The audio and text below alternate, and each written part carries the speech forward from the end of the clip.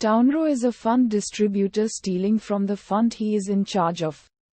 He is contacted by the widow of an old friend, Ellie Cowrie. They had met 10 years previously, in 1946, in Port Said after he had been thrown from a horse in front of the Cowries' beach hut.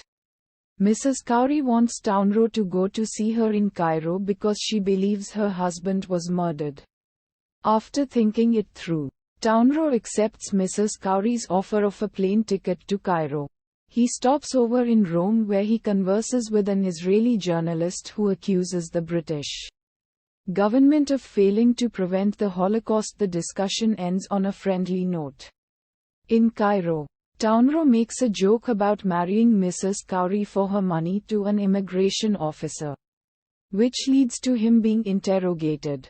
He is kept in a cell and is released once his train has departed. Townrow doesn't go straight away to see Mrs. Cowrie when he arrives in Port Said, instead opting to stay in a hotel. Here he considers having no one who really cares about him in his life. Townrow visits a bar he used to frequent while serving here as a sergeant. The owner of the bar, Christus, recognizes him and kicks out his clientele for some privacy. Townrow asks about Eli's death. Christus tells him that Mrs. Cowrie, with great difficulty, took her husband's body back to Lebanon to be buried.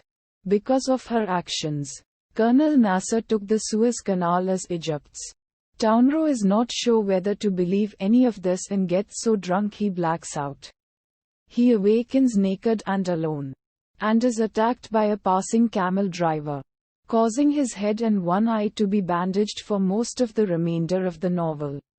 After the discussion with Christus and Townrow's subsequent blackout, the novel becomes much more dreamlike and at times surreal, with Townrow a very unreliable narrator who cannot remember his nationality, though he asserts that he is Irish as part of a scam he tries to run on Mrs. Cowrie, nor whether his mother is alive.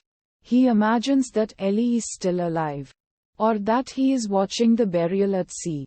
He meets an Egyptian Jew, Leah, who is married and repels his attentions, though apparently she later becomes his lover and develops an obsession for him.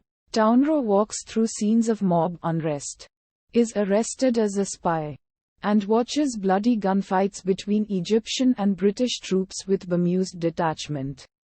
He imagines digging up Eli's grave to make certain he is really dead, then apparently actually does so.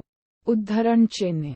At the end of the novel, though it is uncertain how much of what was related actually took place or how much was a fever or drunken dream, Townrow comes to believe that a citizen is not responsible for the morality of his government and has only himself and his own actions to answer for.